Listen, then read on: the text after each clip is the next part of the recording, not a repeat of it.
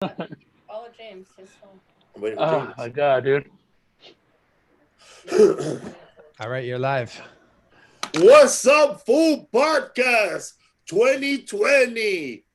So far, the election is almost over, and the What's Up, Fool Podcast is still the number one podcast in the 90033-91344. We took the Electoral College in Boyle Heights and Inglewood up to no good. Also, all our fans in Texas, thank you very much for making us number one podcast in the Latin market. And, I'm still mad, bro, because some of the counts didn't come in, but fuck it, bro. What's up, fool? Rodrigo Torres right here. We got James What over up? there wearing his Steelers vest. What up? And we have Adam Hunter. What's up, dog? World famous. Adam Hunter, him and I, we go way back. Like when I say that, when I mention people that I used to perform at midnight at the Laugh Factory, I'm telling you, man, it was Tiffany Haddish, Adam Hunter, me, Brian Holtzman, and Tracy. Big, Tracy Jones, Leslie Jones. Yeah. Yep. Did I say right? Did I say right, Rodrigo? Yeah, man. Leslie Jones. Marco Rizzo just fell down. The camera fell down. And Adam Hunter used to have one of the. He used to have his own room too back in the days. And Westwood, bro. I met him. Right? I don't know. I run into him many times because I think we must have did the Tuesday nights, waiting all day too, right, to get Jamie to see us. We did that. We used to do the youth hostel together. The what? The youth hostel. I remember you. It was me, you, and the girl who's on Saturday Night Live right now. Melissa Villaseñor. Yeah, I remember doing the youth hostel, and no one even spoke English there. And you're sitting there doing your best jokes, or everyone is just bombing because people have no idea what you're saying. Except I remember looking at it and you were laughing, and Melissa Senora was laughing. So I was like, oh, that's good. That's cool. Hell yeah, man. That made me happy. Where are you originally from? I'm from New York. Grew up in New York City, and then Long Island, and then Maine. I got sent away to Maine to a reform school / boarding school for troubled kids, and then back to New York, and then came out here about 20 years ago. I've been in LA for 20 years. Is it true, bro? Like they say about those reformer schools in East Coast that they're more like musicals, or they're tough spot? Yeah, I mean, very sad musicals. But yeah, no, it was tough. I mean, I used to have to it was for kids who needed to rechannel and refocus their energy in a more positive way. That's the best way to put it. So I used to have to cut bananas for the whole school, and you couldn't lie, steal, cheat, drink, have sex. You had to turn yourself in if you did. But it was the best thing for me. I really needed it, but it was hard. It was 5 years. 5 years at that school was no joke. What were you in there for? Graffiti, vandalizing, fighting, running away from home, being a punk. I was 13 years old, just kind of hanging out with the wrong crowd. But I'm really happy. I definitely wouldn't be a comedian today. It was called the Hyde School. It was in Bath, Maine. We used to have to go on attitude trips out in the woods where you had to go hike and shovel snow all day till your attitude got better. It wasn't easy. It definitely wasn't easy. Sounds like Scientology. Yeah, it kind of was a little bit like that, to be honest. I right under that's a comedian Martin Rizzo with a yellow beanie. What's up, Adam? What's up, man? How are you? Him and I, we did one of those juvenile comedy those juvenile boot camps where they send two military guys to your house and grab you and put you in a bus in the middle of the night. Wow. These guys will call it these guys. They were more like the A-team. If you have a son that's turning into a fucking cholo and he's tagging, does your daughter spend all day making fucking shitty memes and wasting your time while you're taking a shit? Call us. If your daughter is fucking up your chances of you becoming a U.S. citizen, let us know where that paisa is. For real, call 1-800, straighten their shit out. bro, they will grab these juvenile kids from their house and bring them to the camp in the woods, like a summer camp. It's hot, bro. And they tell them, you're going to be here for 6 months, okay? So for the first 3 days, you're not going to be, for the first night, you're going to sleep outside, bro. And they have sleeping bags. And they're ready to sleep outside. And in the morning, they're already doing exercise and getting up at 5 o'clock. How fool? And it was they were young too, dude. They're like in high school. Yeah, that's the kind of school that I went to. It's exactly kind of how I went to. It's exactly. It was crazy because it's all like a mental game.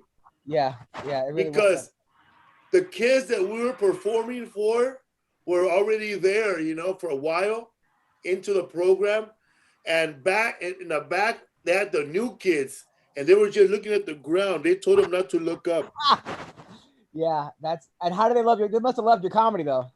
Oh, they were dying, bro. And what it was, it's only a weekend, 3 days, but they make it think like you're gonna be there forever. But what ends up happening is that after the 3 grueling 3 days, they tell them that you're gonna go back home, but you're gonna come back once every weekend, right? Mm-hmm.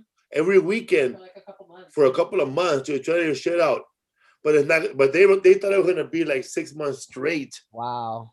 Bro, but some of these kids are gangsters, though, bro. Yeah, from like South LA, dude. Yeah. Like there was a couple of girls who were like, who really didn't give a fuck, bro. Like I don't know, man, what's their problem. And there's a couple of kids like, they were like, they already like, you could tell by their mentality, like they've been through this already. I'm pretty sure when you were doing your reform school, you met kids that already know how to manipulate the system, and 100%. They have a big, and they're really like, they have big personalities too, where they could take a couple of fools down with them. Right. No, 1,000%. Bet you were that guy, huh? No, I was there. Luckily for me, I found sports. Like wrestling was like my sport, because that really saved me, because I was able to kind of find something that I was good at, because I had really I was really struggling for a while, but then when I got into wrestling and I just found something that I loved, and the competition, and that really saved my life. I think that's why I'm so into mixed martial arts now and watching it, and I work for the UFC and stuff like that, because I just love how sports can like save you, especially competitive contact sports. So yeah. So there's something rubbing against his mic. Is there something rubbing against your microphone? Maybe, man. My wife, I hate to call her out, but she spilled coffee all over my good computer. So this is my second computer. So it's not as good as the other. That's funny, man. Is this better? I thought you were gonna say this is my second wife. No, it's my first wife. Is this better? Yeah. All right. She spilled coffee on my computer, so now it's my second wife. Yeah, pretty much. How long have you been married? I've been married for 3 years. And this quarantine has really like tested, but made our marriage much stronger. But holy fuck, I talk about how right now there's a lot of people out there with nobody, no wife, no kid, no family, and I'm just so jealous. I see some of those guys, bro. They have one big ass arm, man. Johnny Roque. Oh my god. I'm like, man, there's like so much looting and racism and crime right now. That's just my marriage. But it's good. It's good. I've been married for 3 years. We have a 2-year-old daughter. She's the best. So I've been, but it's just crazy being a comic. I'm sure like being on the road is just so freeing. You're away for 3-4 days. You're out. But now during this quarantine, there's no road anymore. It's just you're home. Like the road is the living room. No space, which is like in some ways great. Just said no space. Like holy shit, man. True though. It's crazy. It's crazy. We're definitely having more sex than I had when I was on the road and stuff, but it's not like I'm begging more. Yeah, but it's not like we can't have sex tomorrow. I'm gonna be in the same place tomorrow. It's not like you know where to find me. Yeah, I'm not gonna like leave. Oh, I'm leaving for 3 days to go to Canada. Like you're gonna see me. I could have sex on Wednesday and Friday and Monday, and it's fucking crazy. But every day. Yeah. Speaking of Canada, they shut down Europe again, man. So December the 2nd. Crazy, huh? London, right? Or the Yeah, whole England, it's right? funny. I listened to Fox in the morning. John Saucier, right? Just the regular news, and this fool said that like some newscasters, all of them, whatever you listen to, they always try to throw in a little comedic joke in there. Yeah. And it's kind of like Buzz Killington joke, where you go at the end, go he. So he said that they're gonna start vaccinating a lot of people in Liverpool. Oh my God. Where the Beatles are from. So imagine all the people. How much road gig do you guys have to cancel? A lot? Everything. Everything, right? Most of the gigs that I'm getting right now are gigs that popped up after the pandemic. Dude, I was supposed to be in Wuhan, China. I've actually performed there before. You're lying, dude. I was there 3 No years ago. way. I swear to God. You seen the bats? Dude, I was in Wuhan, China, and I was. He was there with Randy from South Park. It was the craziest. This guy Barney, I love this guy. Barney booked me. It was the craziest tour where they didn't speak English in the crowd, obviously, but a lot of the people didn't even have interpreters. Some of those didn't have interpreters, so they told us like, hey, they thought that we were like a rock group, and I told them like we're comedians, but stand-up comedian is not a real thing. They call it American talk show because you're American. You're talking, it's a show, right? The stand-up comedy is not a term. Oh my God. I remember this because you gave classes to them, right? Yeah. And they're like, you have to have a smoke machine. I'm like, but I'm not a rock band. They're like, why? I don't know. So like a minute into my set, I get fogged out. Like I can't even see ahead of me. Just fucking smoke everywhere. I'm fucking like coughing. It was crazy. You're like Ozzy. You got to bite the bat. Dude, it was insane. I freaking love China, but holy shit. Dude, I heard China is like amazing, dude. Yeah, China is amazing. It's a lot of fun. But hey, Bree. I'm trying to get my wife. So anyway, this is my little daughter. She's 2. Hi. Hello. Hey, I gotta do this thing. Did you go to the Wuhan wet market? No, I did not. But there were literally dogs in the hotel, like stray dogs. Like 6 of them. Like I didn't even. It was a fucking hotel for dogs. Like the movie, it really was. It was so much fun. And they litter.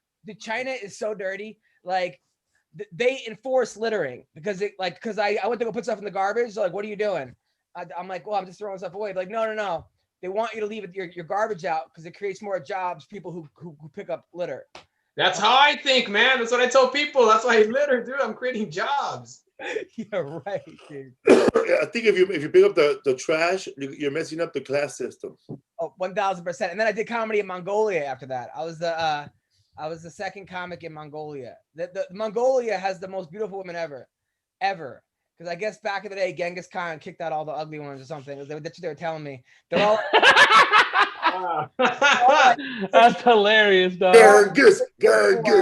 Fucking My boy.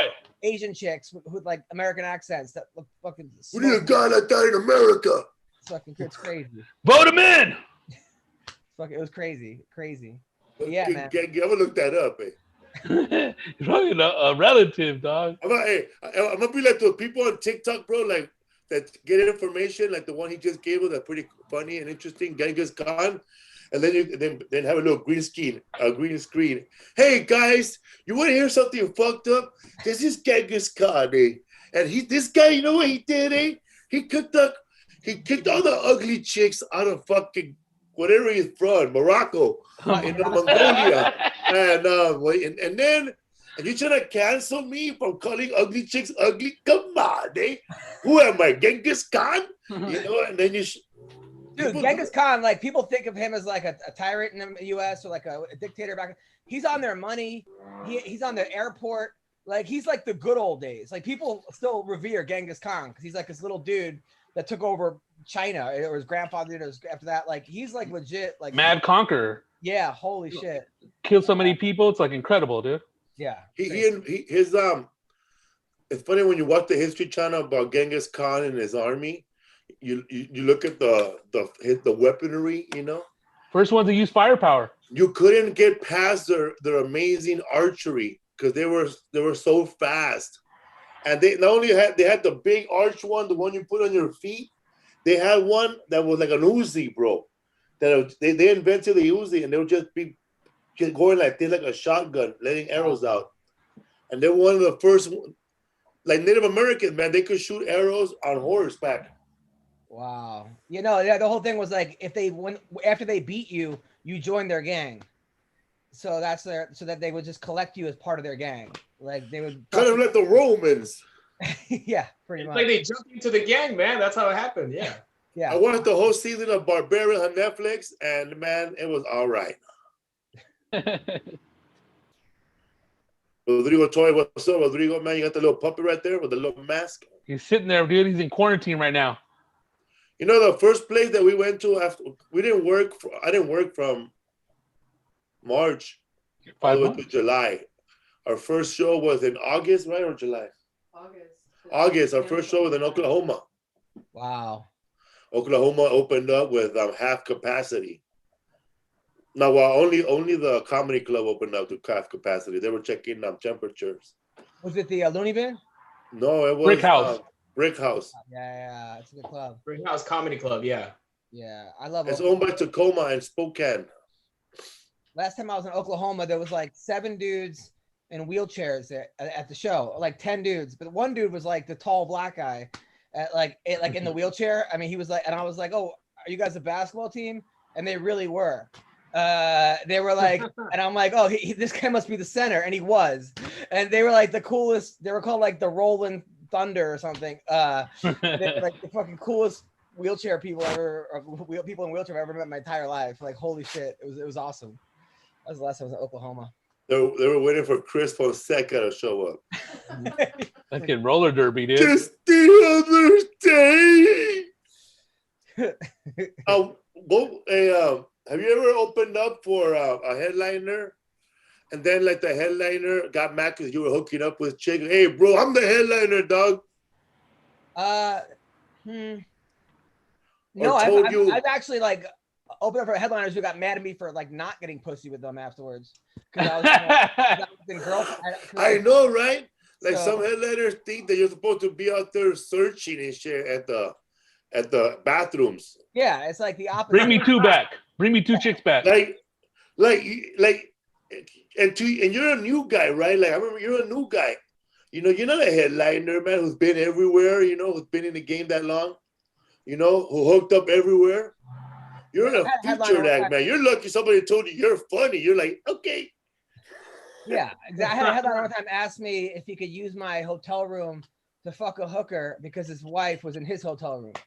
And Sounds like somebody I know.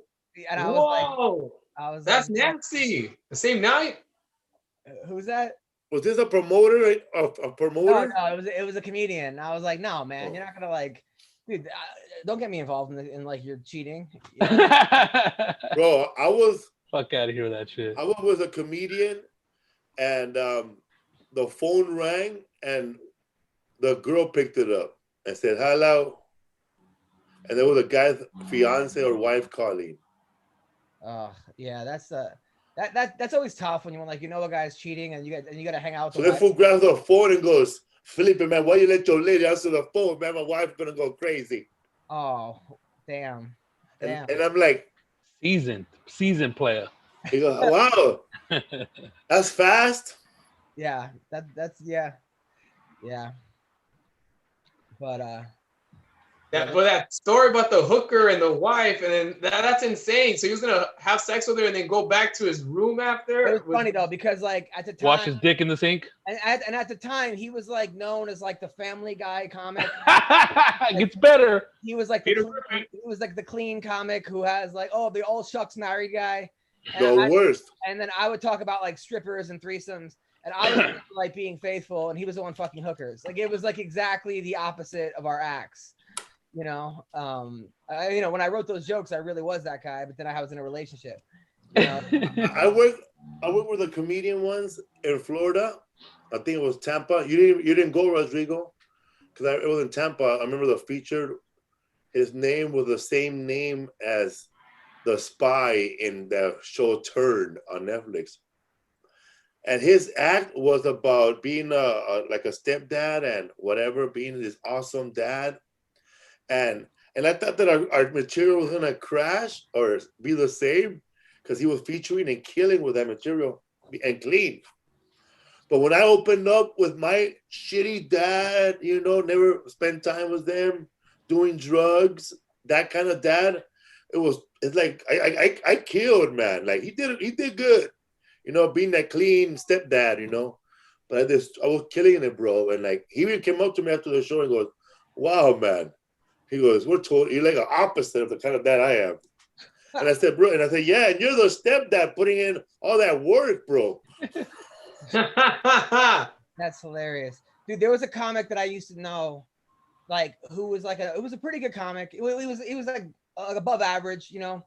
But if he would have spent the time on his act as he did getting pussy, he'd be the best comic in the world. You know, like this dude had a science, he had it down to a science where he would go on Facebook. He had this hot girl make a profile and with him in it, like him and his girlfriend, they would like have all these pictures together pretending to be his girlfriend. And then he would on Facebook message a girl to the city he was going into. He would randomly search where he's going. And from that girl, he would say, "Hey, by the way, my boyfriend Steve or my husband Steve is coming to your town later. You're his type. Please don't fuck him, but you can blow him, but don't have sex with him. I know he's gonna hit on you." Then he would hit on the girl, be like, "Hey, what's going on?" Blah blah blah. And then he would fuck the girl. He never even had the girlfriend, but the girls would get competitive with the hot pretend girlfriend. And then at the end, she would fuck him, and she'd be like, "Hey, don't tell Andrea about us or whoever." Like he had a whole system of like basically catfishing girls into fucking them, but it was all like a complete like bullshit. I saw a show on HBO where they consider that like a type of rape. Yeah. When Really? you go having sex with somebody unknowingly on false pretense, you know. That show blew me away, man, because they were showing all types of possible rapes. Not rapes, but like besides assaulting a woman and beating her ass, but questionable ones, you know, like there was one where she tells the guy, "You're gonna wear a condom?" And he goes, yeah. And at the end, that fool just threw it off, bro. It started going bam, bam, without the condom on. And then that's technically rape. And then like on that show, and her, like that's technically rape. I think I've been raped 5 times now. And they showed another one. That's a show, technically rape. One where there was a threesome, and it was her best friend. It was a threesome, and it was 2 guys, and they were like in Italy, and she met this cool-looking Italian dude, suave, you know, Arrivederci, like Rizzo, you know, right there, you know, with a hat, and the other guy, you know, was whatever, you know, he looked like you, Italian, but he had a mustache. But first, she hooked up with one guy, made out with him, got buzzed, and then she hooked up with the other guy. Then they said, "Okay, fuck it, let's go together." And they both had sex with her. And when they were leaving, those fools were high-fiving each other. They were buddies. They do this all the time. Yeah. And then like that was like one of them that was questionable. Oh my god. Damn. And that came up after, because they thought it was like that was kind of like when Revenge of the Nerds. Yeah, Revenge of the Nerds. It's like catfishing. You can like say it's rape because he found somebody else. Like, I don't understand. Like, with the girl with the makeup, like that looks like a different person, man. I was trying to fuck the other girl, dude. You know, how about if I've had women rape me, you know, tell me that they're like clean and then they're not clean. I had a Tell girl. me they're on a pill, they're not pill, or this door is locked, but it's not locked. I have a kid, but then he shows up. I had a girl that was like an agent of mine, and Agent. She was an agent, and she like gave me a blowjob. We were hooked up. She was like hot. This is back in the day, and then but she was getting me a lot of work. I actually didn't want to fuck her because I knew that I was gonna ruin it somehow, and I was gonna get less work because of it. So then, like one night, she like pretended her car broke down, and she's in my bed, and I was like, I don't want to have sex for real. And then I wake up, and she's like riding me. Like I woke up, I like fell asleep with a boner, and then I was just like, all right, like now you're getting fucked, you know. So then I like turned her, but then years later, she called me up and was in an AA and like apologized. She's like, I know you don't want to have sex, and I took advantage of you, blah, blah, blah. And because I think that was one of her. I feel bad for you, Ray. You got raped. That was like one of her steps was to apologize. You got raped. And I was like, hey, it's totally cool. In fact, if you could tell everybody about this apology. That's rape. Possible, Lisa said. Yeah, it was crazy. Was it a morning boner that she rode you? She just jumped on that shit like Yeah. you were like a horseshoe and shit. Get on the saddle.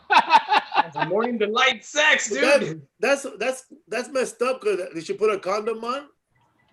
I don't even remember. I mean, it was like, I like wasn't fighting it. You know what I'm saying? I have to say it wasn't like, I don't know. It was questionable. I don't want to get the person in trouble, but she apologized and I forgave her, so it was all good.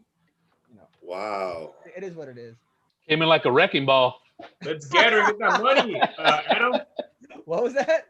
Let's get her and get that money, dude. Let's No, it's okay. I think I don't know, whatever. Who knows? Hey, Adam, are you surprised with all the shit that blew up with a lot of comedians on being Me Too'd and like being exposed on Twitter? Like you see their DMs because they thought they had a bunch of game. At least we did because they were famous. It turns out that they didn't. Joe Biden had a pardon all of them. Imagine, fool! No, I mean, I wasn't surprised. Honestly, I wasn't surprised. I was surprised there wasn't more. That's funny. Yeah, you know what? That's true. Like, I really wasn't surprised. Man, I'm surprised they didn't use that scam your homie was using, man. That's a good one. How about this one, man? I knew a friend, you know, he told me that he had it was like a buddy of his that he would, but I don't think that's just messed up, you know. He's married too. He would tell these chicks that we're gonna go out on this date, right? But then he goes he goes into their house, and then like they have sex, and he goes, "We're gonna go have dinner." Yeah. You know, how about this? I'm gonna just order a pizza. I'll just go pick it up, and that food never comes back. Wow, that sucks. That's mean. At least give her the pizza, right? Yeah, right. Of course. No, I've been hearing stuff about Dalia like just being a dick to people for years. You know, like really. I mean, but not like just basically doing that kind of shit, like fucking a girl and then like jokes, like ghosting her. No, just being like a dick to girls, like, but not like I didn't know he was targeting underage women, you know. But I had just heard like oh, you know, I heard Chris just like fucks chicks and tells him to leave his house or something, you know, like. But I was surprised that he was going for underage women, or allegedly was. But he never did though. He never did though. It was like, remember, like every time the age came up, he backed out. He oh, I see. Right. Well, I mean, okay. Then I misspoke, but yeah. Is that a stripper pole? No, this is my bed. Hey, you got learning skills during quarantine, bro. Let's go experiment rhino, bro. But yeah, of course. Have you ever had sex with somebody, Reza, and you told him, hey, he started imitating the headliner's voice? Willie Barcena. That one time that guy was being a dick, man. Willie, like that guy. Oh my god. I toured. It wasn't fucking the tour. It's just fucking. You're out of town, dog. I know, bro. He toured with Willie to La Puente, San Jose, Monterey, Converse. Whittier. When I told those stories What about happened with Willie? When I told those stories about Willie and that on the podcast and people were messaging him, he was like, he messaged me, "Hey, bro, do we have a problem, bro?" I'm like, "What the fuck are you talking about, dude?" Like, it was. Yeah, beat up Rizzo, dog. He's gonna karate chop your ass. I grew up watching Karate Kid. Hey, bro, we got a problem, bro. No, but Adam, yeah. So I went on the road with Willie, and then like, so I remember after a show, for some reason we shared the same hotel room, me and him. You know, like we for ate some reason every day. That's how we do it, bro. We slash prices, bro. Then we slash chicks, bro. We ate at the same In-N-Out at the fucking parking lot of the fucking Courtyard Hotel, bro. Okay, you know? Oh, for you ate at In-N-Out every day? Yeah, dude. Hey, Tommy T's fool or what? No, it was Vacaville. It was Pepper Bellies. Oh, I was gonna say Rooster Tea Feathers. That was a theater where they shot up like a long time ago. I think you can still see the blood on the fucking curtains, dude. I'm like, what the fuck? So I remember, like, yeah. So after the show, there was like a dancing, and after that, I took this one girl back to the hotel room before Willie got there, right? And then me and her were doing it, and he got back to the room, and he started like pushing my ass, like trying to help me out. Like that's what he was saying to have sex, you know? Whoa, bro! I would have ran after that. Fuck that! You touching me right there? Yeah, dude. And the girl was scared because she thought we planned it out, like me and Willie, you know? No, yeah. Wow. So what do he tell you? If the headliner don't get laid, nobody gets laid, bro. Allegedly. Naked, dude. You touching my bare Did he ass. realize what he was doing and stop and went to his room? No, we were in the same same room, fucking huh? room. He went in the balcony, dude, to fucking like go wait for me to be done, you know? Ah, damn, it's like an episode of Real Sex over here. So he was in the balcony, bro, like that chick from fucking Forrest Gump. So then after that, we were done, right? And she still stayed. Like, like you said, she was a fucking soldier because she fucking stayed, you know? She spent the night? She spent the night, dude. So I'm like retelling the story. This is like we watched the night at Ground Zero. Yeah. This is like it, bro. That chick was there, saw a dude show up, a taller guy, pumping the man that I was having sex with. She's been there before. The whole time she's looking at him, hanging out in the balcony, bro. And she still spends the night, bro. Dude, I feel like you must have a big fat penis, dog. Was packing like, or what, Rizzo? Spinning her, bro. Like you must have game, bro. Or that girl must just have nowhere to go at night, bro. She does it every night, bro. She was homeless, dog. Hey, dude. It's funny because I told her. Did she have a bag of cans outside, bro? No, dude, she 10-speed first. And then it's funny because I'm retelling this story. It feels like we're watching a Back to the Future 2 and you're watching part 1. So I told the story again. How many nights did she spend the night? So she spent the night, right? And I remember like it was late at night, and then he was sleeping, right? He got up to go use the restroom. This was wobbling because he was still fucking drunk, right? And then when he was trying to go to the restroom, he was looking for the door to the restroom. You know, like there's some TVs behind like the cabinets. He opened the cabinets thinking that was the fucking restroom. He was looking at the fucking reflection of the TV. Like that was the toilet, bro. Dude, it was that was like one of the last times I worked with him because it was just too crazy, dude. Did that girl spend the night two nights or one night? No, so the second night, I was like, so you want to go back? She's like, no, he's gonna be there again. Yeah, so that was like one of the last nights I worked with like Willie. Yeah, that's crazy, bro. There's a party going on outside, man. A Biden party or a Trump party? Just Paisas, dude. Fucking they always like doing parties here, man. Like they have fucking bands performing here, like and then they have cockfights, dude. Cracking over there. You had a Halloween party, huh? No, it was just me, my girlfriend, and like our roommates. It was just like a little gathering, nothing big, you know. We didn't go. Nobody was trick or treating, dude. Like, did you go that jar of pickles? I haven't seen him yet. I haven't seen him yet, but tomorrow we're supposed to do and I'm gonna meet him tomorrow. Yeah. Adam, when the last time you went out, Adam Hunter? I did a couple local shows. Actually, I headlined in Minnesota at the House of Comedy. That was a lot of fun. That was about a couple weeks ago. And then I take my kid to the park every day.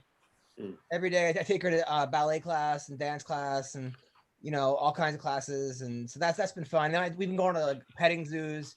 We found this like Section 8 petting zoo.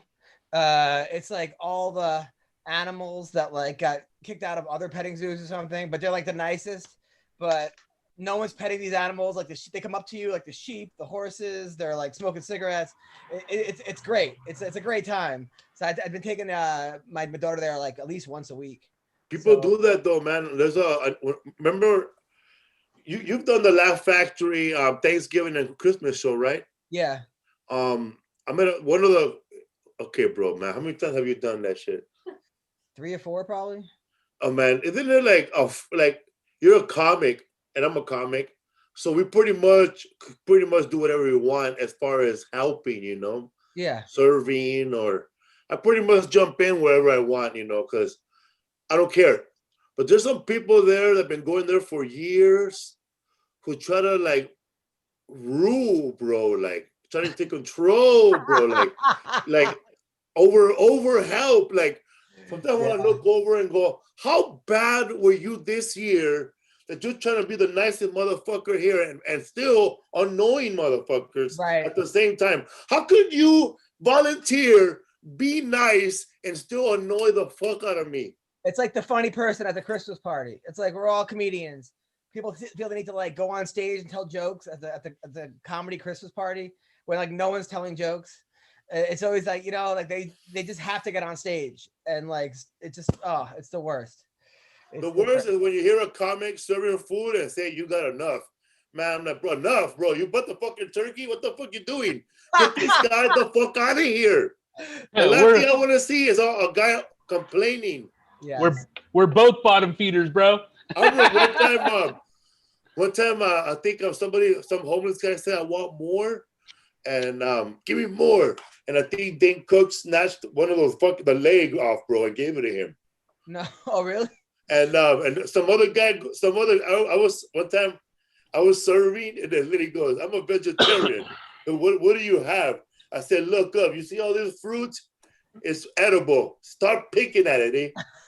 And then she started grabbing it, bro, and now she got with mashed potatoes and grapes. Oh my god! Damn, that's crazy. What's kosher? Nothing. Not even Jay Masala. Hey, he turns it on, bro. Like there's people like who are dying to go up on stage, you know, to do something, and then I remember this one lady wanted to sing a song up there. And Jamie, what did Jamie tell her? He said, let me hear your voice, sweetie. And then she sang. And then he said, oh, beautiful. And he just let her go. He goes, I want to sing a song, Jamie. And then Jamie goes, let me hear your voice, sweetie, because I know your voice sounds like a queen. Then she started singing a song right there in front of Jamie. And Jamie said, thank you. And then moved on to the next person. I remember I did. You know, talent. When I lived in New York, it was me, like Bill Burr, who was Billy Burr at the time. This guy Hamburger. All these comics were doing this gig in New York. Hamburger? Yeah, Hamburger was on the show. Cowboy hat. Hamburger. Hamburger. You ever hear of Hamburger? Yeah. Black the guy with the cowboy hat? Yeah. The black guy. Yeah, he go Hamburger, and I remember it was like a soul comedy show, and it was like Easter Sunday.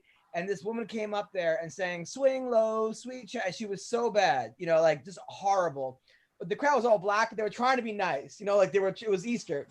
And then she goes, "Somebody, you know, carry me home." And Hamburger went up after her, and he was like, "Somebody carry her home. Call her a cab. Get her the fuck out of here!" Like, and just ripped her apart. It was so inappropriate, but I was dying. I was absolutely. Oh dying. man, Hilarious. That's why Jamie Masada doesn't really like giving the microphone to the homeless people because they're unpredictable. You don't know what they're gonna say.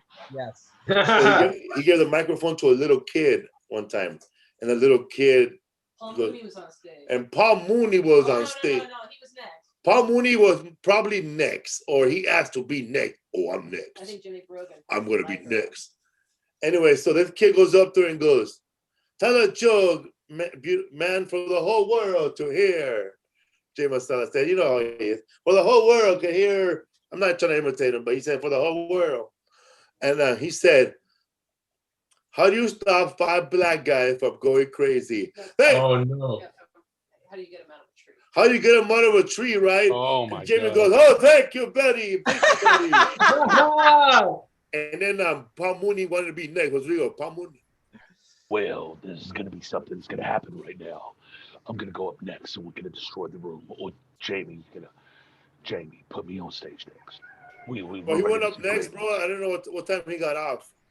Oh my God, really? I did 6 hours before Chappelle did 6 Yeah, hours. he talked shit about the kid, but through his parents. Like He talked shit to the kid. He talked shit to the kid's parents, bro, through his whole set. Oh, you're gonna raise the little devil, aren't you? Yes. Oh, that's so funny. I remember what's his name is always funny on those shows. Bobby Slayton. He went up there and he's like, "There's 2 types of homeless people. There's people like you, and then there's Fraser Smith." You're lying, dog. The pit bull of comedy, dog, strikes again. What the guy who do the khakis? Oh my God. No. Fraser Smith. Oh my God, bro. It was brutal, but it was funny though. There was a guy one time at the Ice House. I can't think of his name, but he's one of those famous 80s comic, hilarious. He did like a bunch of A&Es, you know, probably had an HBO special. I think he has a radio show now. You mean Mark Pitta? Mark Pitta. Yeah, Mark Pitta. Hilarious, bro. He had a show, I think. He had a show. He's a radio guy in San Francisco now.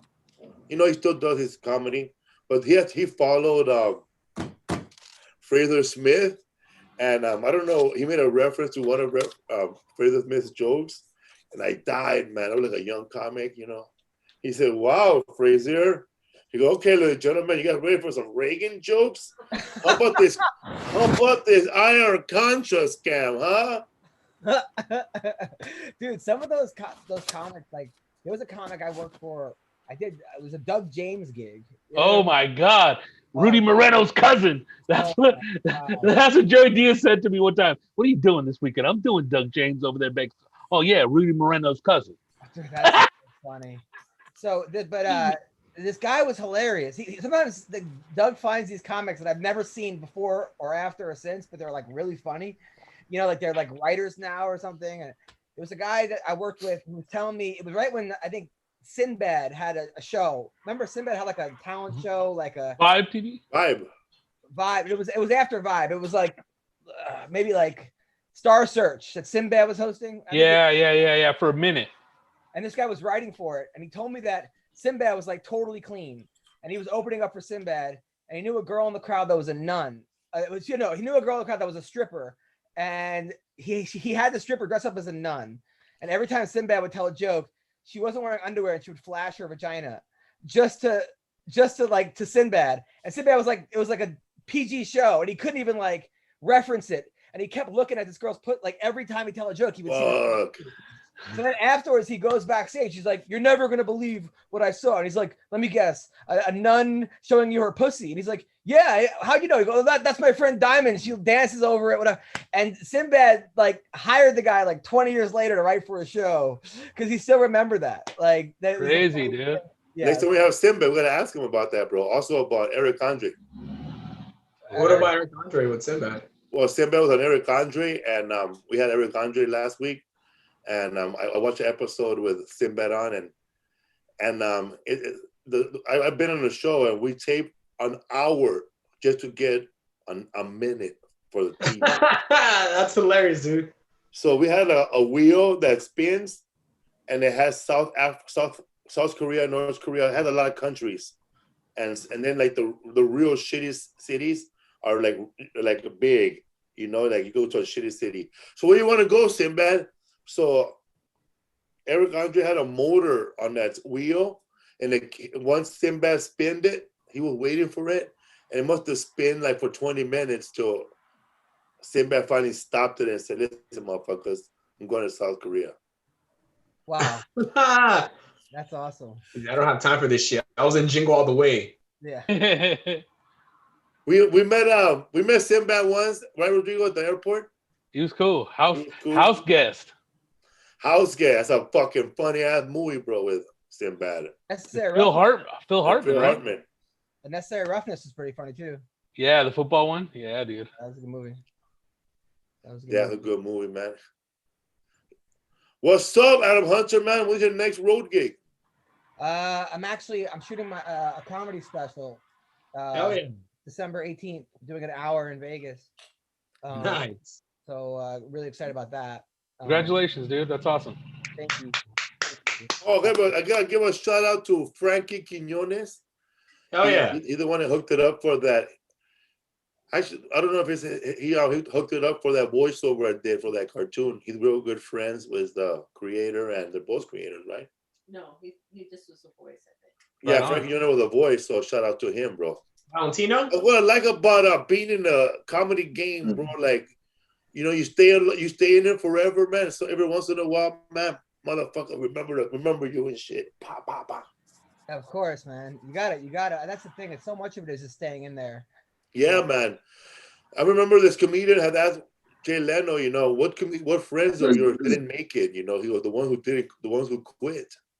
Because then they looked around out of Jay Leno's staff. They were all his old buddies, the writers. Dude, I did Leno twice. That he was the nicest. Anybody that I ever met that was famous, Leno was like, "This is the easiest gig you're ever gonna have to do." He goes, "If you mess up, don't worry, we'll start over again." The first time I did it though, I found out the day before, right? You did the Tonight Show? Yeah, twice. And twice? How many times you did it, bro? Rodrigo. Who? Me? The Tonight Show? 11 times, bro. Oh, what did hey, bro? Hey, bro, you did it 2 times, bro. Hey, bro, add 10 to that, bro. 12, bro. Fucking hate that guy. Beat that, bro. So, hey, congratulations, man. I didn't know, but that's awesome, bro. What did it feel like to do your first one, though? Dude, I found out the day before, because like somebody canceled, whatever, and then I needed to run a set, right? I needed to so I needed to run my set, and I didn't even know what. So I called up 2 comics. I called up the Improv. They're like, it's Skylar Stone's comedy show. Skylar Stone didn't give me a set. What? Yeah, he was running and I had given him like 4,000 sets on shows. Damn. And he him, I can't. So I wanted to kill him. Then I was supposed to do the haha, and then David Arnold was like, "It's my I was teaching a comedy course," and he's like, "I can't." He's like, "I can't." He's like, "It's my student showcase." I'm like, "I need 5 minutes to run a fucking set." That sucks. And he's like, "It's not about you, it's about them," right? I was like, "Dude, first of all, you're doing a course. It's their graduation. Don't you think they would like to see a guy who's doing 5 minutes the next day on the Tonight Show? Wouldn't that like give them inspiration and stuff?" But I'm like, I know I would. That would inspire me. Yeah. Right. So then Jamie Masada gave me 5 minutes at the Laugh Factory. And it was actually, whose show is it? It was what's his name show? The guy Kevin Nealon. And he like fucked up he like didn't remember my name as he introduced me. So so I can't even like, I'm actually just going through the 5 minutes. So I can't even like acknowledge that because I only have 4 minutes, 30 seconds. So I get there and I was so nervous that I had like pit stains everywhere. And I remember I did the Last Comic Standing, and on one of my sets, I was sweating so much when I put my arms up, all you saw was like fucking sweat. And it was like really embarrassing because people were like, "Oh shit," and like calling me all these names and stuff on the internet. So I was like, "Hey, what they call you, dog? What they call you?" I don't know. They were like the fucking sweaty pig or something, whatever it was, right? So like Mark Sweater. It's pit. So I noticed that I was like sweating so much, so I had him take my shirt off and like fucking blow dry it, give it back to me. And when I put it back on, I missed a button. So my first set, people were like, "How do you not know what fuck?" So I go out there, I do 5 minutes, I have a great set. I was so happy. Bill Maher was there. He was the other guest. And they tell you, like, when we go to commercial, pretend you're talking to the person next to you. Like, they want to make it seem like you're friends. Oh, I could do that, bro. So Bill Maher, do that. So they told me like, you have to have cue cards. I'm like, I didn't want cue cards, but I didn't want to say, "No, I don't want cue cards with my jokes on it," because I don't want to be like that guy to be. So then Bill Maher's like, "Cue cards? I never had cue cards." He's like, "I did this 19 fucking Monday." Here we go, bro. He goes, "Leno, you ever have cue cards?" I go, "I didn't want the fucking cue cards." All day he has cue cards. So then he goes, then I was like, "Hey, Bill, do you still like doing stand-up comedy, right?" I don't know. And he goes, "Yeah, I wouldn't do it if I didn't." He goes, it's a lot easier when you have your own jet, right? That's what he said. So I was like, I take Uber X, like I was trying to be, and then he goes, "Leno, when was the last time you took a commercial?" And he's like, "I don't know, on the way to China." Like, this is the conversation, right? So then there was this like hot girl that was singing. It was some singer, like it was her turn to sing. I didn't know that my mic was still on. So I go to Bill Maher and I'm like, "Yo, she's pretty fucking hot, huh?" And you hear me over the speaker say that. Oh my God. So that was not good. So that was the first time, but the set was really good. I was really happy. Like, then they called me. How much did you sweat after saying that? Dude, the next time they called me, it was the day of, right? I coached middle school wrestling, and I was on my way to coach wrestling, and they're like, "Hey, can you get here in 10 minutes to do the Tonight Show?" Because I guess they tried to get like a Michael Jackson song the band was going to play, but they couldn't clear it with the Michael Jackson estate or something. That's so cool, dude. They needed 5 minutes to kill. So I turn around, I buy a pair of pants at Old Navy. I go to the Tonight Show. My dad gives me a shirt. I didn't have a shirt that was ironed. He brought me a shirt to wear. And then he goes, and then they didn't clear any of my jokes. So I don't even know if these jokes are clean enough to do on television. So I like ask them, hey, are these jokes clean enough? Because then they might be like, no, and then I just fucked myself out of it, right? So I go out there, and my first joke was, I like Asian girls. That's why I hang out at traffic school. And then, so then afterwards, so Leno's laughing at all the jokes. Everything's good. And he's like, hey, I think we're not gonna be able to use that first joke. Like, because the Asian people were protesting about some other joke that they did the week before. So the first joke, they actually lowered the volume on Asian. So all you heard me say was, I love girls. That's why I hang out at traffic school. So it's okay to like offend all women, just not Asian women. You know, like, That's funny, crazy, bro. Do you talk about that in your bit? Because that's funny. No, I don't really talk about that. But it's funny. The story's funny though. I had to work a cruise ship, right? The next day, the first time I did it, I worked on a cruise ship, and I left like the next morning to work a cruise ship, and I do a joke that night, and like the joke bombed, and I go, hey, just so you guys know, I did that joke last night on the Tonight Show, and some lady in the crowd goes, I didn't laugh then either. And I was For reals? Yeah, I was like, oh fuck, like she got me pretty good on that one. There's nothing I can say about that. Hysterical, dude. Yeah. And you had a video where you're doing a wedding. Is that real? When you get punched? 1,000% real. No, I didn't get punched. I got pushed. Basically, like they hired you to do a wedding. They hired me to do this wedding, and the bride and groom were like, they were in the military. She was in the military. He was in the army, and they were like, we're gonna prank our guests by having a comedian pretend to be the minister and marry us, and then we're gonna get a real person to marry us. So I go drive out to Apple Valley. I think I was getting like $1,000 something. So then they gave me like nothing to actually. They're like, don't worry, go crazy, have fun. I learned how to be a minister. I went online and I actually got ordained for it. And then I passed. So then I was like, I start marrying them, and then I have to do 45 minutes. So I go to the crowd, and I'm like, 45? Hey. Yeah, but they didn't give me anything. They didn't tell me anything about anybody. So I just started making fun of this one guy who had like highlights, who looked like he was in like the Goo Goo Dolls. And I was like, hey man, sorry your band broke up. The guy gets up and fucking charges me. I guess his band like broke up. Like I told him, call me up, bro. So he fucking pushes me, right? So now I gotta like, everyone's in the crowd's like a Marine or in the Army. So the guy walks away, and I'm like, don't stop believing. You know, like I just kept going. Then I got to do 40 more minutes. I was like at minute 5. So I'm still doing the comedy, and he's pacing around. I could see him in the house walking back and forth. And I'm like, fuck. And then the grandma starts yelling at me, going, we don't want to hear your dirty jokes. I'm like, they hired me to come here. Like, this wasn't my idea. And then eventually they wrapped it after 30 minutes. But that video like got like 500,000 hits on YouTube, like comedian attacked at wedding. And then it got on all these TV shows in Australia, like world's worst weddings, like American, like most hard weddings gone wrong. Just like it's just fucking crazy, dude. Yeah. We'll give a shout out to El Paso, Texas, Vicela, California, La Puente, Washington D.C. Hey Adam, so what happened, bro? People are just I'm gonna lie, bro. People don't care what I gotta say. They don't care what Rodrigo gotta say. They already told us to silence James months ago. And they want to know what happened, bro, at the Haha Cafe, because I had an incident too, bro, that I really can't talk about, because if I talk about it, bro, they might open up the case. Allegedly, bro. You gotta say allegedly, homie. Right, Rodrigo? You know, bro. Oh, it already ran its statute of limitations, dude. The case of the scratch door? Do it once, bro. What happened, dog? What happened, Doc? Was like I had met Willie maybe a couple times. He hosted a show I think called Funny is Funny back on CTV that I did like a long time ago. Wait a minute, sorry. What happened? A joke? I think he hosted a show called Funny is Funny or Latino Laughter, some kind of show. Latino Laugh Festival, the show. I think it was called something on CTV where like he said something kind of to me like CTV? right at CTV like a long time ago. I remember CTV. Yeah.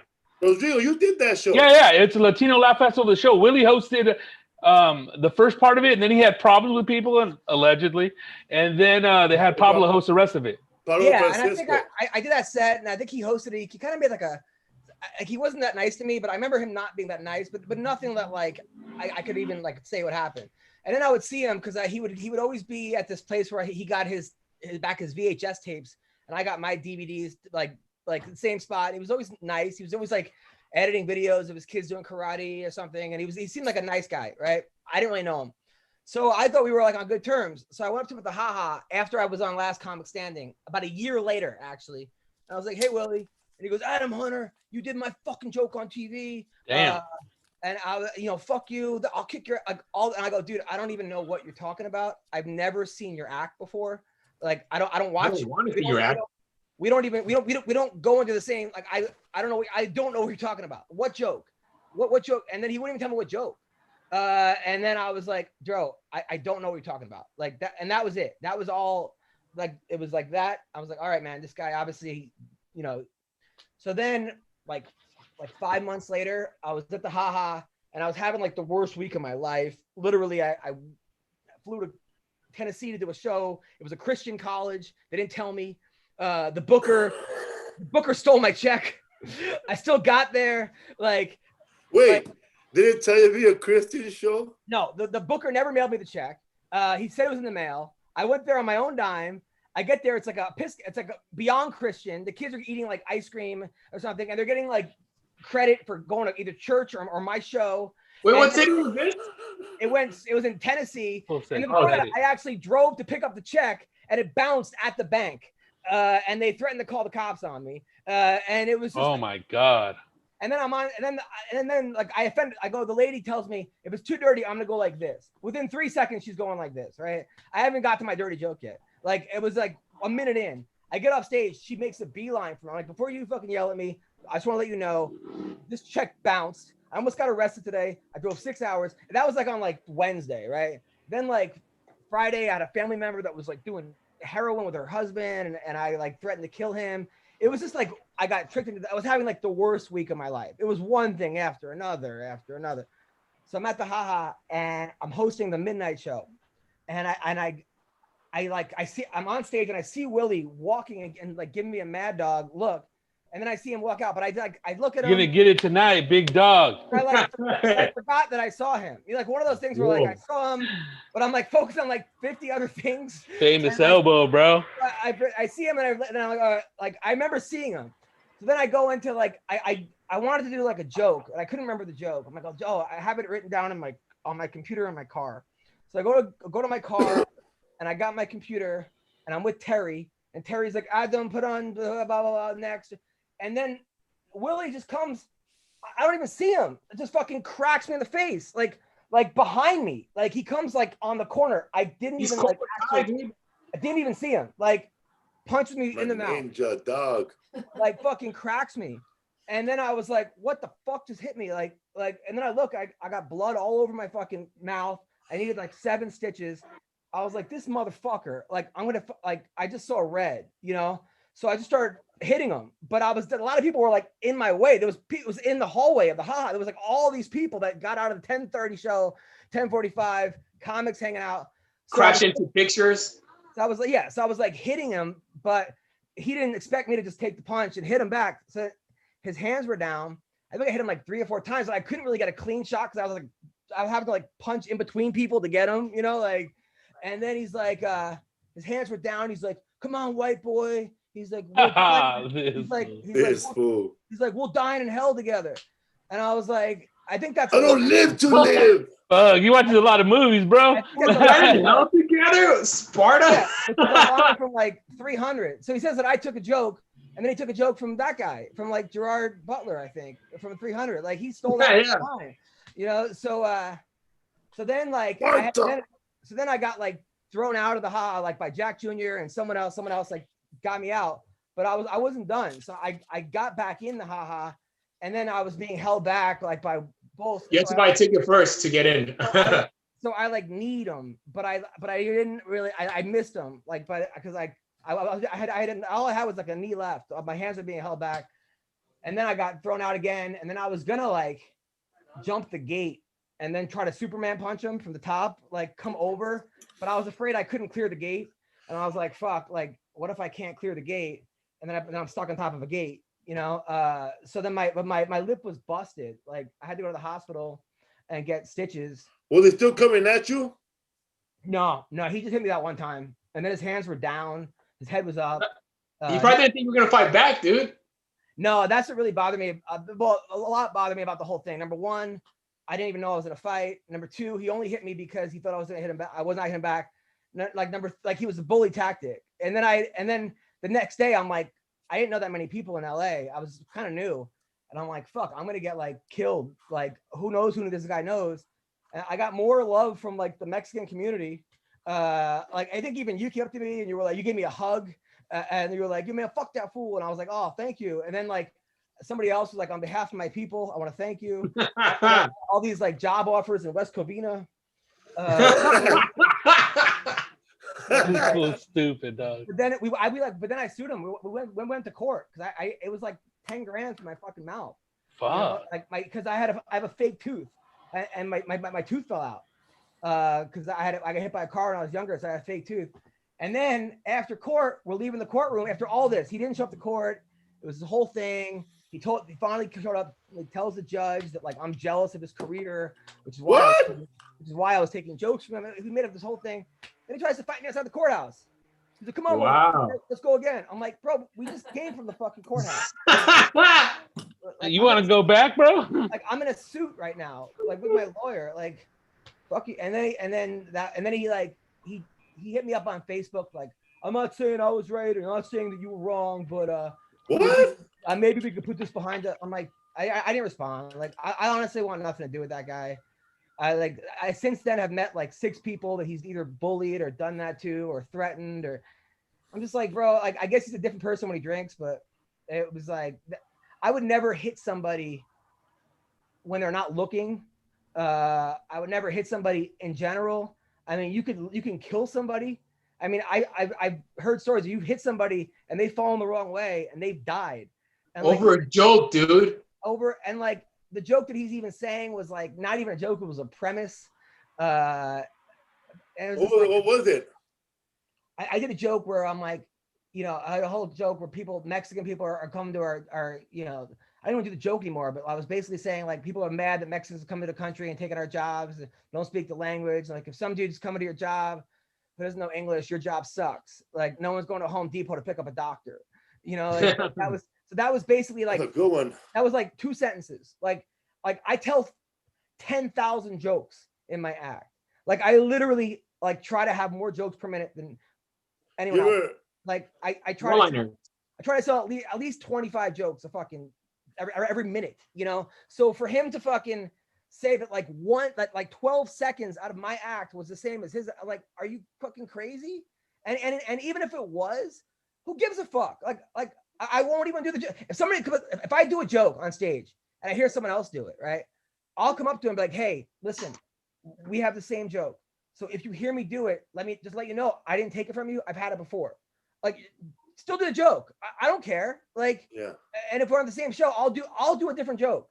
But I would never like take a joke from someone. And if we have the same joke, no problem. I'll get rid of that fucking joke. Like, because Doug Stanhope hit me up and he was like, hey, I have a similar joke, but I could tell you didn't take it from me. So if anybody accuses you of taking that joke, it was the same joke, then tell them to go fuck off and tell them to come to me first. So like he went out of his way to protect me from his fucking people. Like that's how you do it. You don't go up to people and just start cracking them in the fucking face. Like, are you out of your mind? And his whole thing was like, don't be a dick. That was his catchphrase. Well, I think being a dick is clocking people when they're not fucking looking at 12:30 at night and they're carrying a fucking school bag with a laptop, talking to a Terry from the Ha-Ha. Like, are you what? So that's Terry going crazy because of people walking out without paying their tab. Yeah, it was crazy. It was like, dude, it was no people. No, it was like people were staying, and then I was like, at that point, I had to go to the hospital. It was a whole fucking thing, dude. But yeah, that dude is and then he came up to me like a year later and was like, "Yo, are we cool?" And I was like, "No, like we're never gonna be cool. Like I'm never." Have they paid you? He did pay me, yeah. Because he paid me basically for the hospital bills, which was the stitches. Which is at the time I had like insurance that didn't cover it, so I had to go to Burbank Hospital just to get because my mouth was fucking. You could have pressed charges, huh? You did, right? Yeah. But they would like, That's right. I tried to get a restraining order, and they were like, "Well, if it happens again." And the thing was, like, I'm like, "Listen, this is gonna happen again because this guy." And literally, I met somebody on a cruise ship that told me a similar story of him trying to fight the guy. This like comedian that was like a guitar comic, who was like, 230 pounds, like his name was like Happy. And this is the guy this guy I don't know. This is bad. It's all bad with this dude. So. Hey, bro, the way you sing, crazy, bro. Hey, Rodrigo, do that fool complaining to the guitar comic about a joke, eh? Hey, bro, I do Stairway to Heaven, bro. The face, dude. That's a perfect do it, bro. So that's how he does that face after he speaks. Or he hey, says bro, something. how come you cheap shot Adam Hunter, bro? Hey, bro. Some people you have to hit them a certain way, bro. He's a professional wrestler, bro. He told you he works for MMA, bro. He's a dangerous dude, bro. But you know what I mean, dude? That shit was crazy what you said, that he was over there telling the judge. He concocted a big old story. Like, he's jealous of my career. It's like, whoa, bro. I don't even I've seen Robert Schimmel one time, and he's all, yeah, man, fucking my career. And then fucking someone looks over, yeah, what career? No. You know what I'm saying? I just fucking crazy. That's fucking complete lunacy, bro. Dude, I was like, the judge is not gonna care about a joke, like. Yeah, what are the facts? What happened here? What'd you do? Pay up. Yeah, I mean, and then I think he did the same thing to he punched Nick Guerra. Yeah, I guess that's still going through, right?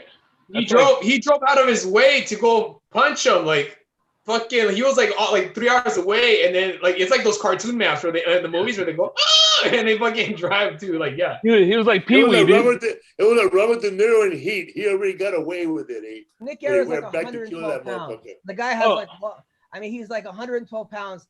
Who's never gotten to a fight in his life. I mean, how are you gonna? He sure talk like he has, I'm just like, why would you? Oh my god, bro.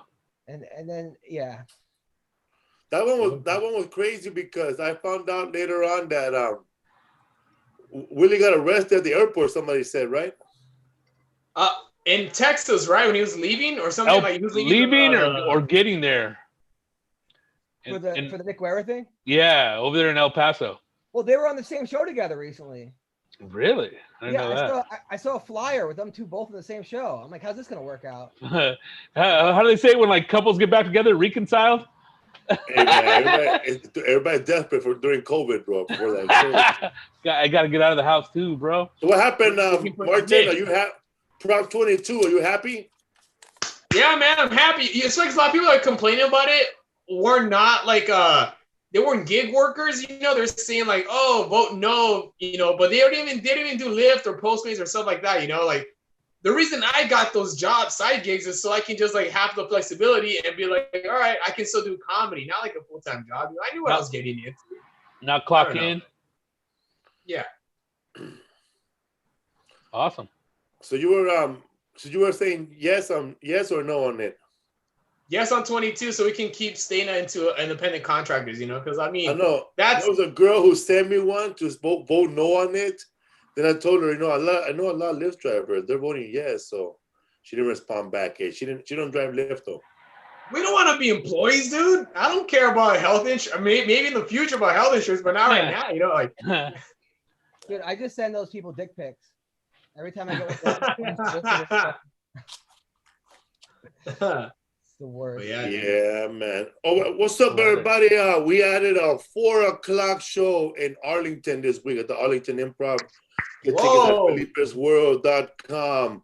They're at half capacity, so the show will be at 4:00. Which will be a 4:20 show. Oh, fool! Check this out. What up, dog? I got a gig, dog, before the show at noon. All I gotta do, bro, they're paying, I look to see which comedians did it to make sure it's gonna be safe. But a chiropractor had a YouTube page, I guess, and he films comics or whoever shows up into town now, and he pays them a little cash. and he fucking cracks their whole body, dude. I gotta film this, bro. You got it, bro. They brought in a guy, the rookie from the Dallas Cowboys, I think. Dude, he was twisting that fool like, God. He cracked this, he cracked that, he cracked his hip, bro. I can't wait, dog. I need a little cracking in my back. The last time I did that, I brought my dog, my ex-girlfriend, who I think your wife knows, Felipe. She brought home this dog and did no research on the dog. The dog has a missing ear. He was used as like bait for bait. He's a bait dog for like pit bull fighting. He was used like for bait. So he's like the most aggressive little Chihuahua, and I love him to death. But he's like just a mess. He's attacked everybody. So I take him with me. I had to watch him, and we go to the chiropractor, and the guy lies me down and goes 1, 2, huh. My dog jumps onto the table and starts attacking the fucking chiropractor because he thought he was hurting me. And then the guy he fucked up my whole back. Like my back. Lying, dude. I'm not lying. I swear. Like my back was like not the same for like a year after that because my dog like just completely tried to attack the chiropractor while he was cracking my back. Yeah, I swear. God damn. That's funny, dude. Man, I remember when my dad had a bad back, we went to a guy who he was like a Mexican chiropractor or sobador, and that fool just had a spare room that he used, bro, for backs during the day. And I guess it's somebody's bedroom at nighttime, bro. And he had like a mattress, like a regular mattress. And I joked around, vamos a luchar o qué, güey? And I said, are we gonna wrestle or what, fool?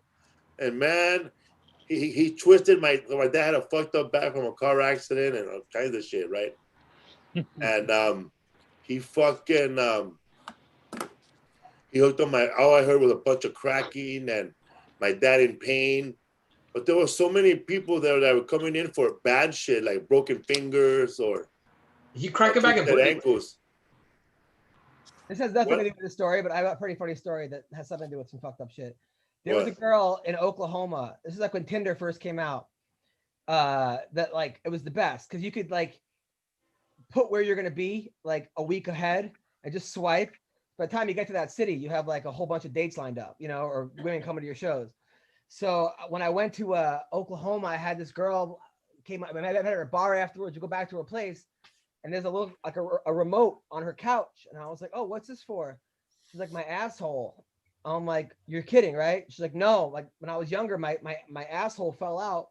So this controls my asshole. You can make it tighter."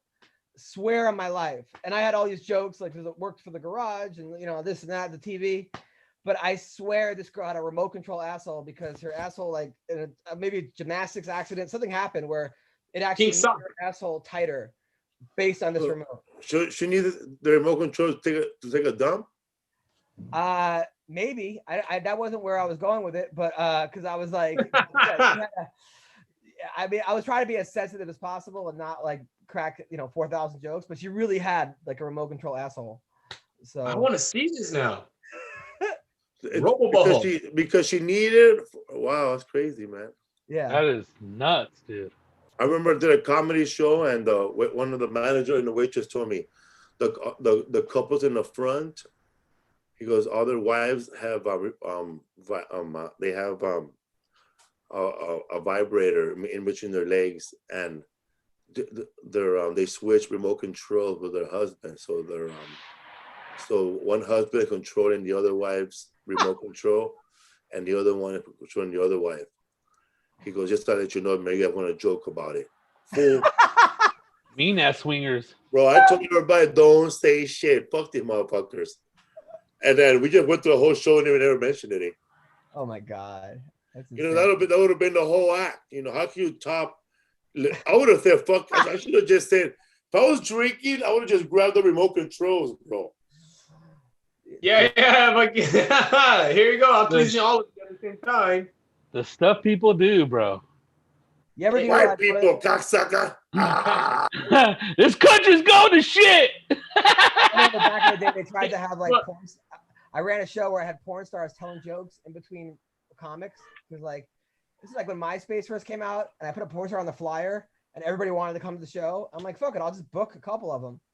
So we went. Yeah, all the numbers. The show at like back then I worked at Playboy. I was a warm-up comic for Night Calls, which was a talk show. It was a talk show where like hosted by 2 porn stars, and they had like 9 girls like scissoring each other naked.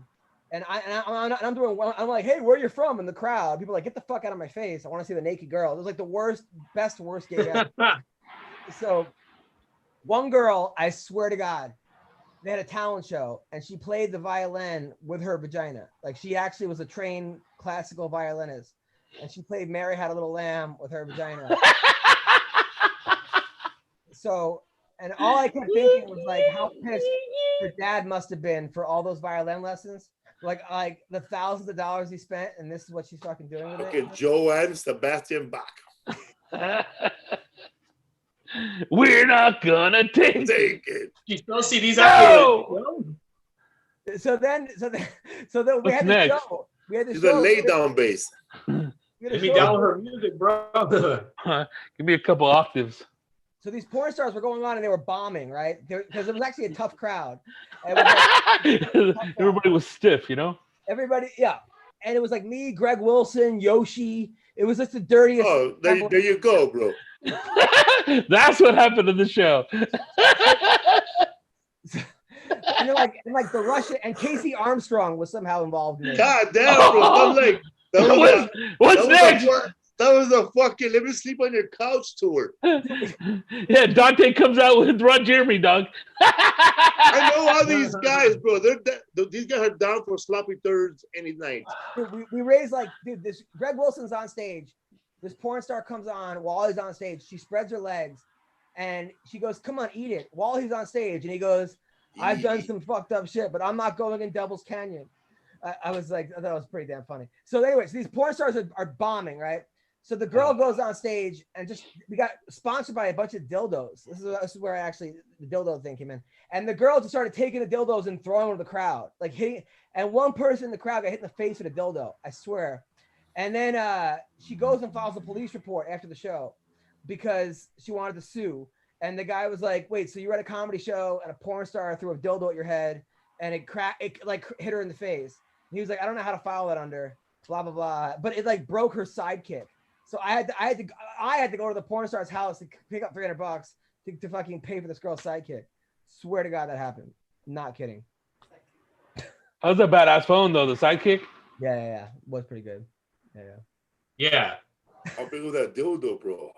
Fuck, dog. You have to describe the dildo to the cops. Like, like Wood's piece, huh? The Greg Wilson, he didn't want to go down in that chick. Was she hot at least? No. Oh, fuck no, bro. I know, fool. She looked that old lady from Kingpin, bro. Not even. Gross, dude. But you know what, man? If Greg Wilson needed a ride home, like if he was stuck in Visalia, California, and that was the only ride, bro, he would have said, you know what? Just drop me off in fucking Valencia. Yeah. Probably. Absolutely. Hey, you ever been with anybody that you didn't like, bro, and just said you told them to drop you off like 2 blocks before your house so that they will know how to find you next time? I went on a Tinder date one time. It went so bad we didn't even make it to the restaurant. Tinder, eh? We didn't make it to the restaurant. It's tough out there. Like, I'm like, where do you want to go? And she wouldn't tell me where. She's like, I don't know, pick some place. And every time I went to pick a place, she's like, no. I just turned around. I'm like, all right, this is not going to work. We hadn't even gotten a date. I was like, I knew then. Like, it was like a preemptive breakup. I'm married, so these Tinder dates, do they all end on sex? Well, I'm married too, but yeah, they pretty much. Actually, I found my wife.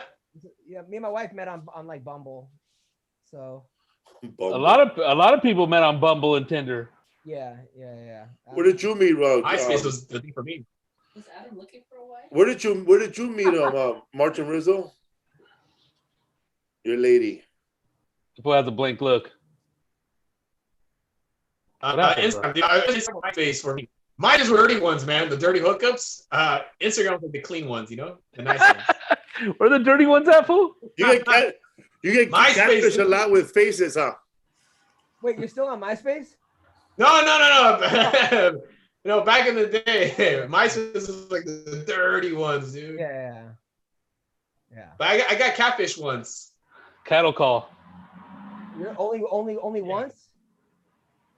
Oh yeah, and she was using old pictures from like 10 years ago, and she was like way bigger. And like I remember when it was Valentine's Day 2017. I remember I just broke up, and I remember when I got there, I was like, "You're not the person like in the fucking pictures." And I don't want to leave because I don't want to be rude. So I stayed there. I took some Jameson shots, and I was like, "Let's go!" And we did.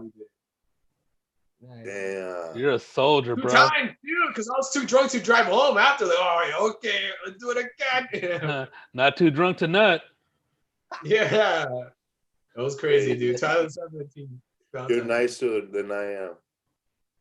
Dude. Yeah, like it. All right, the first time I had sex with her because I was trying to be nice. The second time because I knew who she was now. You know, nice person. Where do I put mine, bro? Where do I put mine, dog? Next victim, Hey, bro. Let me jump in there. So the girl with the robot butthole, if she runs out of batteries, she can't shit, or what does she do? You know, like, I don't know. It was like a one night stand. I have no idea, bro. Like, I just was like flabbergasted. You know, I didn't know why. I didn't even know where to start. But I had to tell people that story. I was like, Flabbergasted, no pun intended. Hey, what was it? The remote control? Was it like that pizza slice remote control or what? No, it was like a regular. It wasn't like a TV remote. It was like a fan remote, you know, or like an AC remote. Just like three options. Hey, that'd be funny. A dog ran with it out. What if somebody thinks it's a TV remote and they keep pushing it, her butt keeps opening up and closing? And then you find the other remote in there. Yeah. Damn, Wow, dude. that's crazy, man. So have you been with a chick with a 1 foot? The what? You ever been with a chick with 1 foot? 1 foot? No. I mean, I definitely would not be with a girl with 1 foot though. You know. Did you ever do doublings back in the days? Yeah. There was a lot of crazy chicks back then too. Oh my God, that was like the hottest woman ever back then. And it was like all Orange County. Like Dane Cook used to bring them all out there. Like it was crazy. Yeah. That was crazy. Like that was what my first gig when I came out to LA, and then I went to like a couple comedy clubs, and it was so depressing. It was like open mic. It was one awful comic after the next. And then I went to Dublin's, and I couldn't believe how many hot women there were. And Dane Cook was just murdering. And then like Vince Vaughn was there, and this one, that one, and it was Jay Davis and Ahmed Ahmed ran it. And that was like the first like rock star comedy show I'd ever been to. Yeah, man. That was badass. Cool. Everybody had a crazy story. That's why cocksuckers. One time I just stole $50 from a girl there. What's up, fool? Adam Hunter, you want to promote your Instagram, your handles? Sure. By the way, me and Ahmed one time went to Seychelles. You do that gig in Seychelles? In Africa? Near there. No, I've never been over there. Dude, so me and Ahmed, we get booked. Rusty Dooley booked us. Okay. So we fly out to Seychelles. By the way, so it's like we're like going to the Middle East, like sort of like and it's funny because I was with Ahmed, and normally like you're with Ahmed, and somebody like on the plane, someone's like Ahmed when they call out your name, it's just Ahmed. But when he said it, like 12 dudes turned around. I'm like, oh, this is like Mike Smith out here, you know, like Jose. So we get there, and we're on tour with the cast of 50 Shades of Grey, the musical, right? They were with us. It was a bunch of hotties, right? And it's the one of the prince of like Saudi Arabia. He owned this resort on Seychelles, and they give us like a little remote. They give us a phone. They give us a flip phone. And they're like, hey, stay here until the guy calls you. And when he calls you, you have to perform. Like this dude like didn't have a TV. He just hired entertainers every night of the week to entertain him. So we go there, and it's me and Ahmed and like, I don't know, 70 hot, I think they were prostitutes. I don't know who they were, and some prince in the back who you can't even see. And we go out there and we murder, but it's like a TV audience where it was like almost too good. Like, you're like, why are these people laughing so hard? And we both got standing ovations. Then we go in the back and we're like, oh my God, this 70 women, this is going to be great. They're like, oh, 2 virgins, bro. They're like, those are for the prince, all of them. And so then we have this TV screen. Damn. We see him dancing with all the girls. Like, we were like the fluffers, right? We were brought in as the court jesters. Then we got to go back to our side of the resort where there's nobody except for me and Ahmed. And Ahmed's like fucking furious. This is bullshit. We got used. He said, we're going to a club tonight. So we go. He got used. We go to this fucking club in Africa. He pays for the thing. It's all these women with like hairy armpits. It was just not what it was. You know, it was crazy. It was hairy armpits. I was having the best time though. I was dancing with all of them. We didn't care about hairy armpits, but you gotta go to the butthole. You know. I didn't give a shit, to be honest. But I was like, fuck. I was having a blast. Ahmed was like crying in the corner. And then we went to Dubai after that. But it was nuts. Oh, dude. Crying in the corner, dog. With his Long Island iced tea, bro. He'd be like Genghis Khan, huh? He'll kick all the ugly ones out. Ugly DNA, bro. That's what you gotta do. Imagine Willie, bro. The prince would have kicked him out. Oh my God, bro. That fool tried to hit him and miss, huh, fool? They pointed 18 swords at me, dog. They set me up, bro. They used me, bro. What's up, fool? Adam Hunter. Thank you very much for doing the podcast. Yeah, thank you, bro, dude. Thank you, everybody. Follow Adam Hunter. Invite him to the quinceañera. Yes, at Adam Comedian on Instagram and Twitter. And if you're an MMA fan, at MMA Roasted. So thank you guys. Thank you guys. Thank you, Adam Hunter. You're more than welcome, dude. Thank you very much, dude. Dude, it was fun. Yeah, man. What's up, fool? Where's Adam? He left? What's up, dog? Oh, it's just us, the guys. That fool left fast, hot dog. Get the fuck out of here, eh? Gotta go do laundry, dog. Yeah, man. Yeah. We're still on, no, right? Yeah, we're still on. That fool just left then, all right. Hey, dude, so who's winning, fool? Still the same, 264, bro. 264 to 214. 264 to 214, bro. We were talking with James earlier before you came on, and he said that Nevada said they're not gonna reveal anything till the morning time. Yeah, 9 a.m. Crazy, dude. I'm afraid to do lift in Orange County. You get socked in the face, dude. Oh, come on, bro. Hey, did you guys hear that? Didn't Tito Ortiz win a city council seat out there? Yeah, something like that. Huntington Beach or something, right? I saw his head somewhere. Crazy, dude. Michigan and Wisconsin. Biden got Michigan and Wisconsin. Wisconsin just 20,000 votes.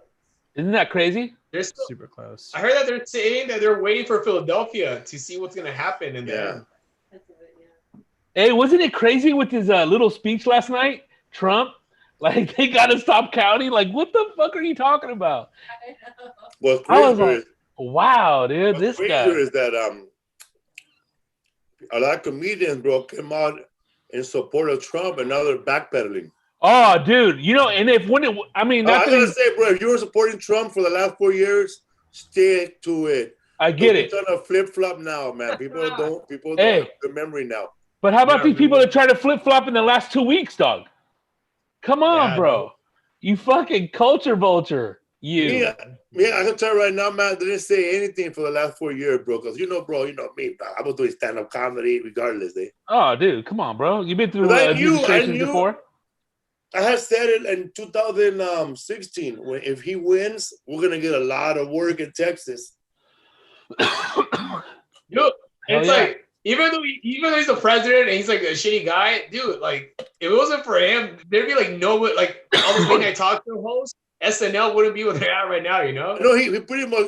I even tweeted, man, Alex Baldwin he's gonna have a job for 4 more years. Yeah, dude. And then like yeah. People are just sad, bro. It was he created an industry, dog. crazy. Yeah. It's so funny, dude. It's crazy, man. What did Toby Hicks say? Oh, you know it's done. They might as well just give it to Biden. The Nebraska voted for him. You know, there was a moving Prop 22 moving truck in front of the White House today, in the White House area. There was a big ass giant moving truck, bro, inside the White House today. Dude, it's so crazy, those little reports. Like, that means something, dude. That was on C-SPAN. That wasn't even like... It was on C-SPAN. And they're really, like, fair and balanced and impartial. They're bad. I was doing Lyft in Hollywood yesterday. Everything's boarded up, dude. Everything. That truck was just for Barron's toys, bro. No. But you know who looks good, bro? As somebody that could run in the future? Who? Ivanka Trump. Dude, I definitely thought that before, dude. Out of the whole little family, she's the one. You think they're done, or they're gonna go to prison? They're not gonna have this. I don't think they're gonna go to prison, dude. I think it's all talk, bro. Because he never arrested Hillary, bro. There you go, bro. It's all fluff, dude. Like, you can't really do that, dude. It looks really bad, dude. You know what I mean? This looks bad. This whole thing taking forever, but I mean that's even worse. I think at the end of the day, people are gonna go back to their lives. They're gonna like. I think they're because you know this started like 2 years ago. Yeah, dude, people want to get to work, dude. They're over it. Want to go to work. They're over it, dude. And I think there's gonna be a quicker way to the virus, of fucking cure, I guess. Maybe start wearing masks. And like you mentioned earlier, they're shutting down England, right, for a month, and France as well. And the whole thing is because my lady had a conference call with their job, and they were just talking about, that's what they talked about. They didn't even give a shit about the election. The whole thing is like what's COVID got in store for us in the next coming weeks. My daughter lives in Sweden, and we were like, I don't know how many hours we're apart, but I was telling her how stuff was getting boarded up over here. She said in Sweden stuff was getting boarded up too. They're looking at the election too, and that people were there like waiting for a purge. Something to set them off. Yeah, but you know, it's Sweden, dog. It'll be controlled.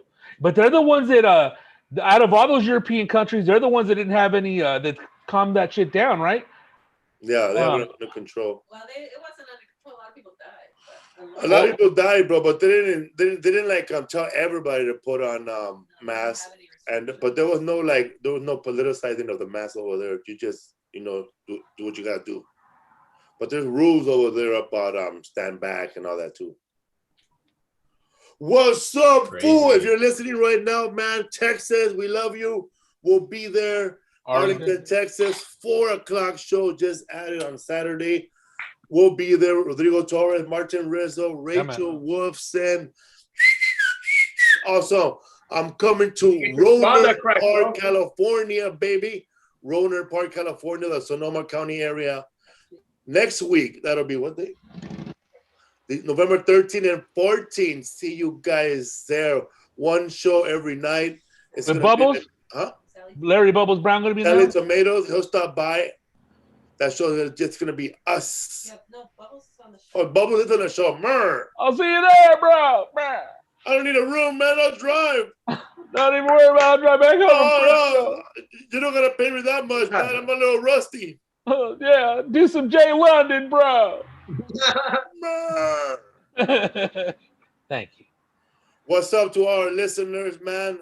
All the relatives out there. Listening. Oh, shout out to George Perez podcast, George Perez Stories. I think having a show, huh? They're gonna hit number 200th episode this week, and they're gonna have a big show. So if you want to go to that George Perez Stories party, they got like 50 tickets left. But you know George Perez, man.